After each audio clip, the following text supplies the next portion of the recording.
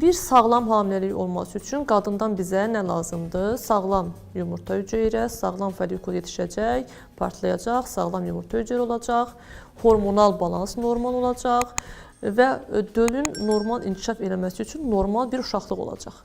Yəni, burada həm yumurtalıq faktoru var, həm uşaqlıq faktoru var. Yumurtalıqda dediyimiz kimi sağlam yumurta hüceyrə olmalıdır. Həm genetik açıdan, həm fiziki açıdan sağlam yumurta hüceyrə olmalıdır. Qadının yaşı çox önəmlidir.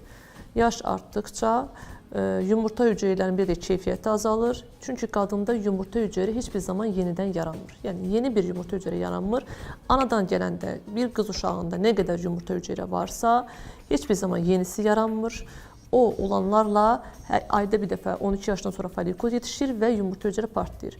Yaş artdıqca bu yumurta hüceyrələrində genetik problemlərin sayı artır.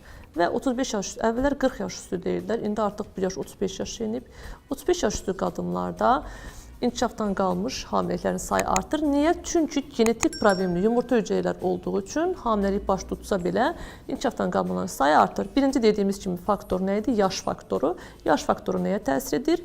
Yumurta hüceyrənin kalitəsinə, keyfiyyətinə təsir edir.